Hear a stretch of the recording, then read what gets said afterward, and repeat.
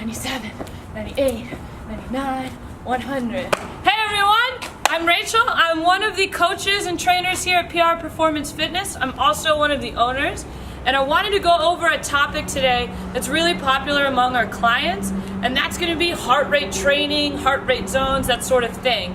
Okay, so first thing when we get our client, so we go over their program, their goals, and what they're looking to accomplish, and then we assign homework, right? So part of that homework is usually cardiovascular work. Doesn't matter if you're in here for weight loss or maintenance or lifelong health, cardiovascular is definitely going to be a big part, okay? So when it comes to exercise and cardiovascular work, we can talk about 4 different things.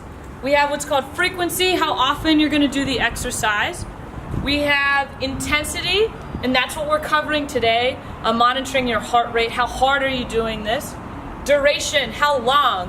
Are you going for 10 minutes, 20 minutes, 30? How long should I be doing it?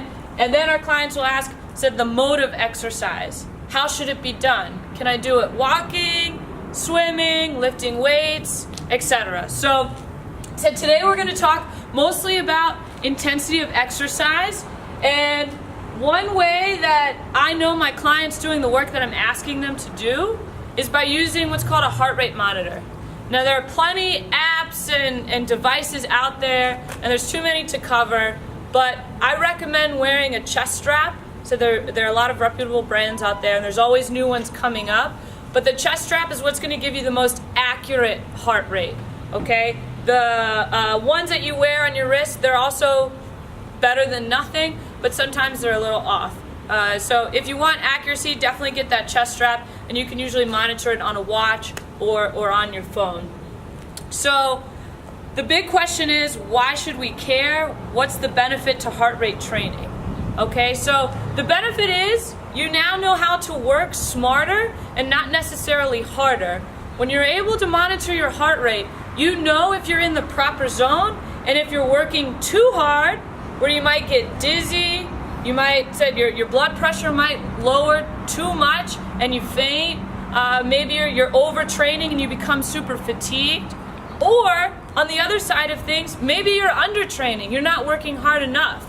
And for our weight loss clients, it's really important because I'm prescribing them a workout where they need to be burning 300 calories a day before they even get their day started, and maybe they're only hitting 150. So that's going to throw all of our numbers off, and then they're not meeting their goals. Okay, so that's why it's important. So I want you to remember that as you're watching this video, and we have some other videos to come. Okay, so with heart rate training, we talked about the benefits. Now I'm going to talk, okay, how do we do this? First thing you want to calculate is what's called your max heart rate. Okay, your max heart rate is going to be 220 minus your age. This is a simple formula, a very general formula that can help you get a guideline for where you should be training at. It's what we use here, and again, it just offers a good guide. If you want something more accurate, you're going to have to go into the lab and get it done. We have all these fun tubes around your mouth, and you have chest straps and all that stuff. But for us, 220 minus age. So I have an example here. It's going to be 220 minus 26. So for a 26-year-old, you're going to get a max heart rate of about 194 beats a minute. Okay, so we want to keep that number in mind as we come over to our table here, and we have heart rate zones. So we have 5 zones. Again, on different websites, you're going to have different things. Sometimes it's a little more specific. Maybe there's 6, 7 zones, sometimes less. But we have a 5-zone rule here. For zone number 1, this is what we call your recovery zone. Okay, maybe if you're just starting your workouts, you're not used to doing cardiovascular work, this is a good zone to stay in. Okay, that's going to be about 50 to 60% of your max heart rate.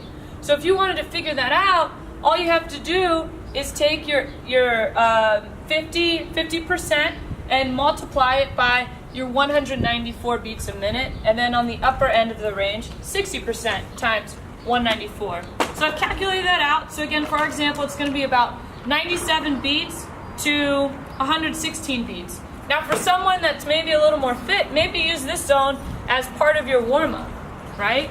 But again, if you're new to exercise, you probably want to start here before you progress into the different zones. Zone number 2 is what we call an aerobic zone. Okay, I mentioned some videos that are gonna come up later. I want to cover the difference between aerobic and a later zone we'll get to anaerobic. But for now, aerobic zone is basically that zone where, hey, I'm a little bit more fit, I've been doing this for a while, maybe I am training for a 5K. That's going to be 60 to 70% of your max heart rate. You're going to get 116 beats a minute to about 136. Okay? Then you have zone number 3. This is our endurance zone. So now maybe you're a little more competitive with your cardiovascular work. You're looking at 70 to 80%. And again, I have our numbers here to your right. Number 4 is going to be your anaerobic zone. Okay, so this is when your body is going through a little bit more work. Starting to breathe a little heavy, right? You're not going to have as much oxygen available to you. This is like our sprinters, right? Maybe our more elite athletes. This is 80 to 90% of your max heart rate. So for our example, it's going to be about 155 to 175. Finally, zone number 5, this is your max threshold. These are athletes that have been working out with the trainer for a long time, or said they've been at the college level, maybe even pro athlete level, and they know how to come down from their zone, how to recover really well. So if you're doing this heart rate zone calculation on your own, you probably don't want to be near your max threshold unless you're very comfortable with your own exercise program, or you're working with a trainer that's right there with you. Okay, so again, this is just a small overview on our heart rate zones. Please subscribe to our YouTube for more. You can just search PR Performance Fitness.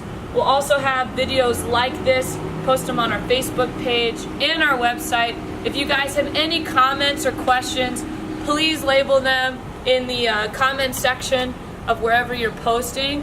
And I hope you guys have some good cardio training. We'll see you next time.